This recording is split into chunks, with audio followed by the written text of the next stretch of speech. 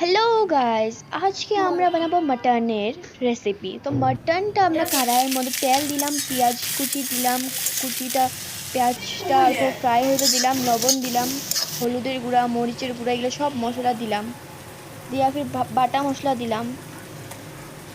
বাটা মশলা দিয়ে এখন এটা অল্প ফ্রাই হইতে দেবো।